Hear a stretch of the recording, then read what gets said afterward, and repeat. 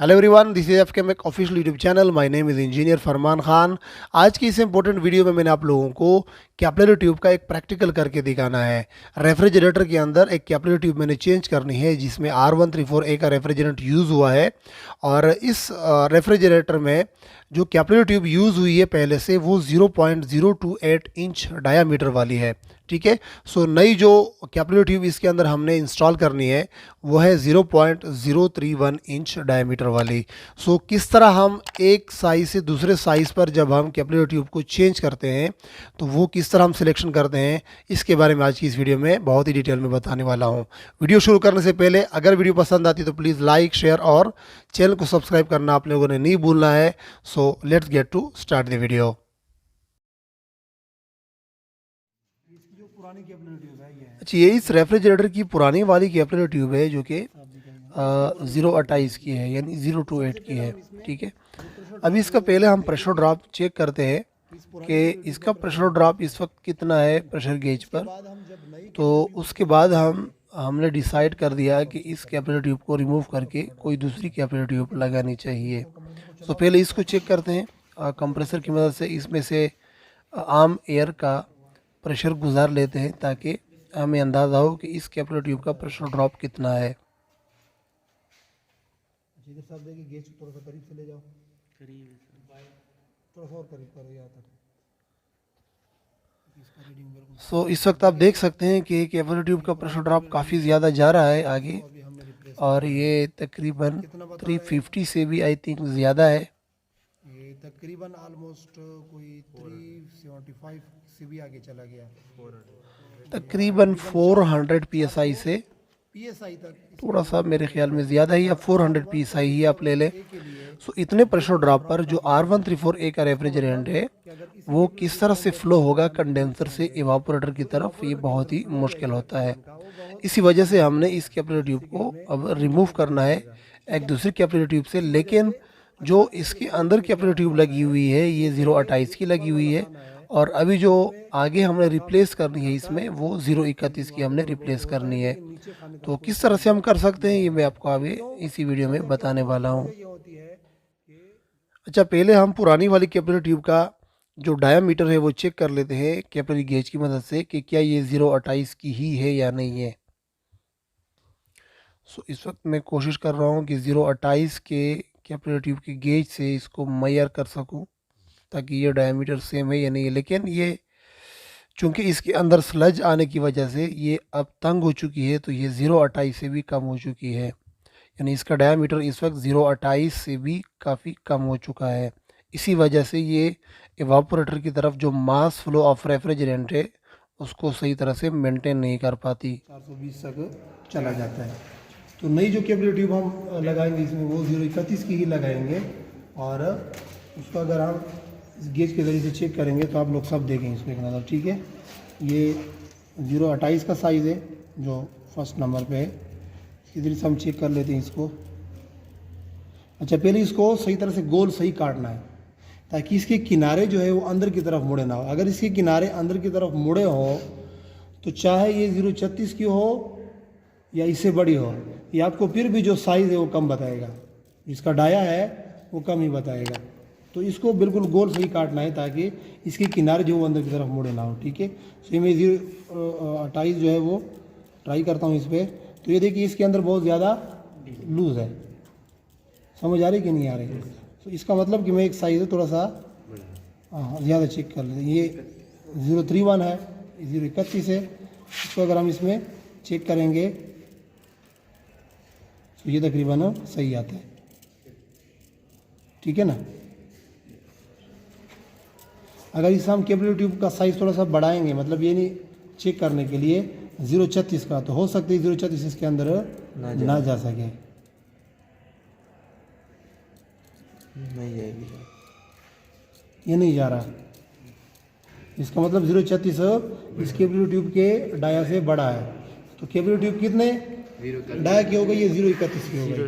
अब 031 को हमने कितने फुट तक लगाना है, ज़रूरी नहीं है कि ये 10 फुट ही हो या 9 फुट ही हो या 11 फुट ही हो। हमने इसका प्रेशर ड्रॉप चेक करना है। प्रेशर ड्रॉप चेक करने के लिए हम क्या करेंगे, प्रेशर ड्रॉप चेक करने के लिए हम कैपिलरी ट्यूब का जो एक साइड है उस पर हम चार्जिंग लाइन लगा देंगे, यानी चार्जिंग पिन लगा देंगे, और दूसरे साइड को हम खुला छोड़ेंगे। तो तकरीबन हम अभी अंदाजे के मुताबिक 0.31 की ये जो कैपिलरी है इसको हम तकरीबन 15 फुट तक लेते हैं अंदाज़ा था। फिर इसका प्रेशर ड्रॉप चेक करके इसको एडजस्ट करेंगे कि क्या इसका 14 फुट का जो लेंथ है वो इसके लिए सही है, या 13 फुट का लेंथ सही है, या 12 फुट का लेंथ सही है। जो भी सही हुआ वो हम इसमें लगाने की कोशिश करेंगे। ठीक है। सो फर्स्ट ऑफ ऑल क्या करते हैं, हम इस पर एक चार्जिंग पिन लगा देते हैं। तब तक मैं वीडियो को होल्ड करता हूँ, और जब हमारा ये चार्जिंग पिन रेडी हो जाएगा फिर इसका प्रेशर ड्रॉप चेक करने के लिए फिर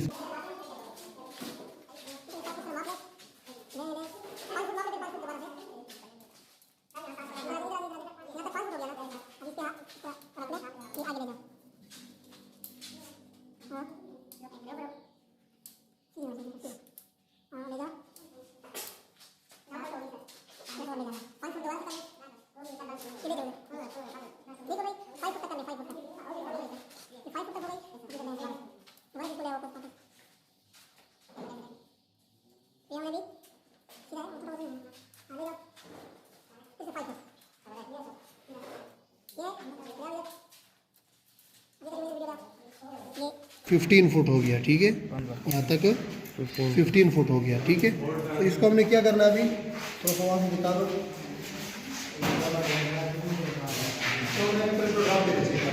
ओके सर। पूरी कैपिलरी यहाँ से लेकर यहाँ तक जो कैपिलरी है इसका हमने क्या चेक करना है, प्रेशर ड्रॉप चेक करना है। तो प्रेशर ड्रॉप के अकॉर्डिंग हम फिर इसको 2 फुट काटेंगे, 3 फुट काटेंगे, हमें पता चलेगा कि जब हम कैपिलरी ट्यूब का प्रेशर ड्रॉप मालूम करेंगे तकरीबन 220-230 psi तक।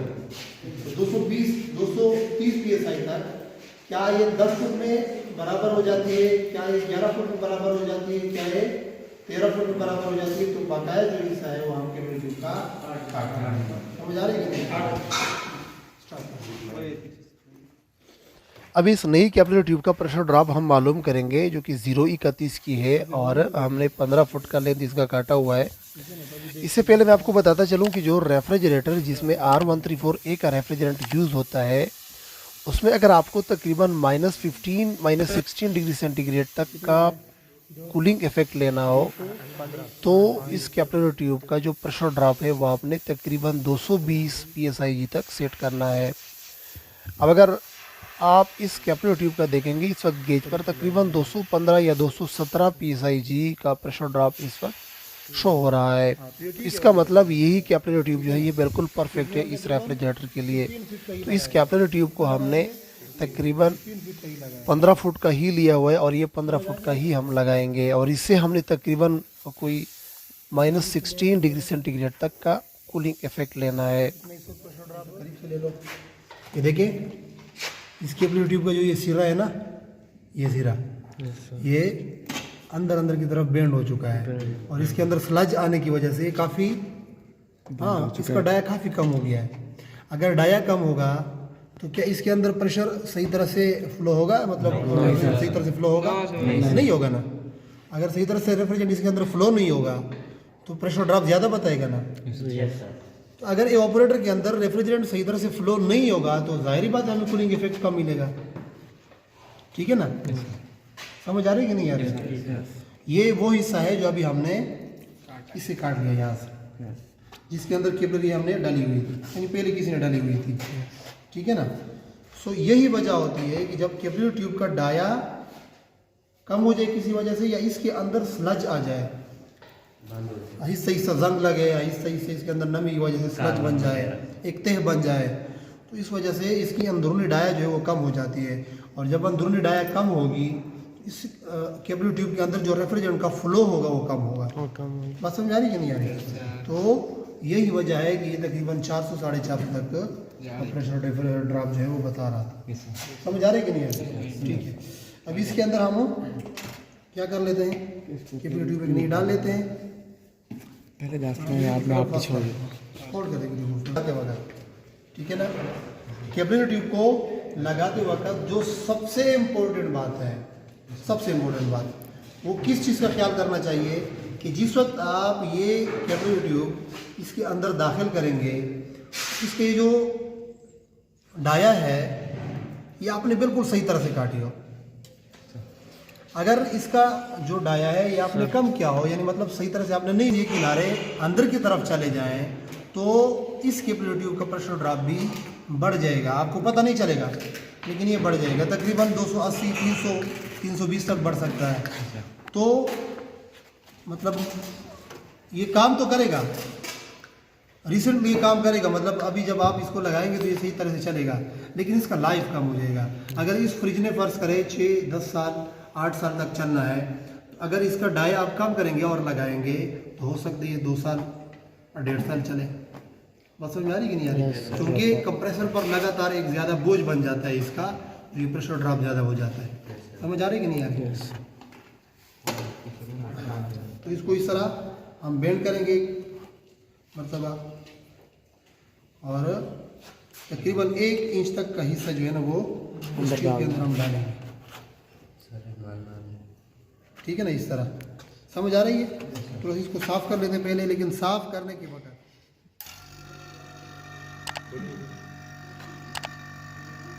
अच्छा, कैपिलरी ट्यूब को इंस्टॉल करने के बाद अब हमने रेफ्रिजरेटर के साथ कंडेंसर वगैरह सब कुछ फिट करके वैक्यूम पर लगा दिया, और जब इस रेफ्रिजरेटर का डीप वैक्यूम हो जाएगा तो उसके बाद हमने इसके अंदर R134A का रेफ्रिजरेंट चार्ज करना है। चूँकि इस रेफ्रिजरेटर के साथ हमने कंडेंसर थोड़ा सा बढ़ा दिया है, तो रेफ्रिजरेंट का एक्स्ट्रा सबकूल होने की वजह से हम जब रेफ्रिजरेंट चार्ज करेंगे वो थोड़ा सा जो नॉर्मल मकदार है उससे ज़्यादा चार्ज करेंगे, यानी तकरीबन नॉर्मल मकदार इसमें 220 ग्राम तक चार्ज होता है, जबकि हम इसमें तकरीबन 260 ग्राम तक चार्ज करेंगे। समझने की कोशिश कर रहे हैं कि हमने इस रेफ्रिजरेटर में बेसिकली क्या किया है। इस रेफ्रिजरेटर में हमने बेसिकली 2 चीज़ें की हैं। पहला क्या, इसके अंदर हमने कैपिलरी ट्यूब तब्दील किया, और दूसरा इसमें क्या था, लीकेज था, वो लीकेज भी हम सही ले लें।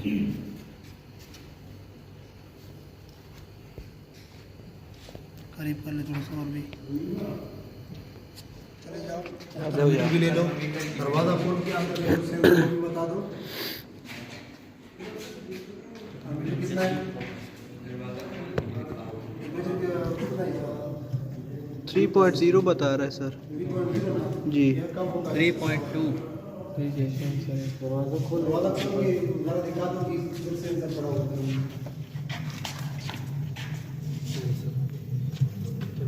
बस अभी निकाल लो, बस ये फिर से ले लो,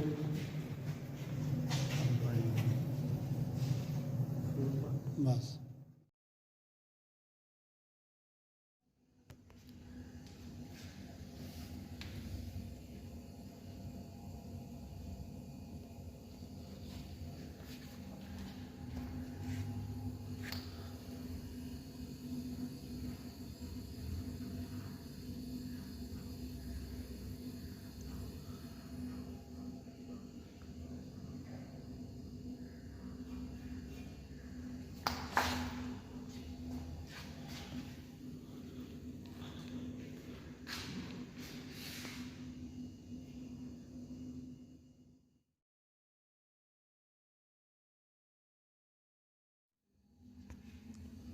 सो ये अब इस रेफ्रिजरेटर की तकरीबन 1.5 घंटे के बाद की पोजीशन है, और इस वक्त सक्शन लाइन पर फ्रास्ट भी आ चुकी है, जो कि नहीं आना चाहिए था, लेकिन बहरहाल चूँकि रेफ्रिजरेटर में इस वक्त कोई भी लोड मौजूद नहीं है, इस वक्त सक्शन प्रेशर तकरीबन 8 PSIG है। और अगर हम मल्टीमीटर पर देख रहे तो मल्टीमीटर पर इस वक्त जो करंट है वो भी तकरीबन 0.8 या 0.9 एम्पियर इस वक्त शो हो रहा है। अच्छा, अगर हम रेफ्रिजरेटर के जो कैबिनेट के अंदर थर्मामीटर लगा हुआ है उसको एक नज़र देखें तो इस वक्त टेम्परेचर जो है वो -13.2 डिग्री सेल्सियस तक बता रहा है, जबकि जो कैपिलरी ट्यूब इसके अंदर हमने लगाई हुई है उसके मुताबिक तकरीबन ये -16 तक तो जाना ही जाना चाहिए। -16 से भी शायद ये नीचे चला जाएगा, लेकिन -16 तो इसको हासिल करना चाहिए। अच्छा, अब यहाँ पे देखें, जो इस वक्त ग्लास के अंदर हमने थोड़ा सा पानी डाला हुआ था वो भी बिल्कुल बर्फ़ बन चुका है, ज़बरदस्त किस्म का। सो चूँकि हमने सिर्फ 1.5 घंटे ही इस रेफ्रिजरेटर को अभी चलाया है और लोड ना होने की वजह से इस पर फ्रास्ट भी है, इसको अगर आप मज़ीद भी चलाएंगे तो इसका टेम्परेचर मज़ीद भी डाउन हो सकता है। अगर वीडियो पसंद आई हो तो प्लीज़ वीडियो को लाइक और शेयर ज़रूर कर दें, और अगर चैनल पर नए तो प्लीज़ चैनल को सब्सक्राइब करना भी ना भूलिएगा। अनटिल टू नेक्स्ट वीडियो, मुझे दीजिएगा इजाज़त। अल्लाह हाफिज़।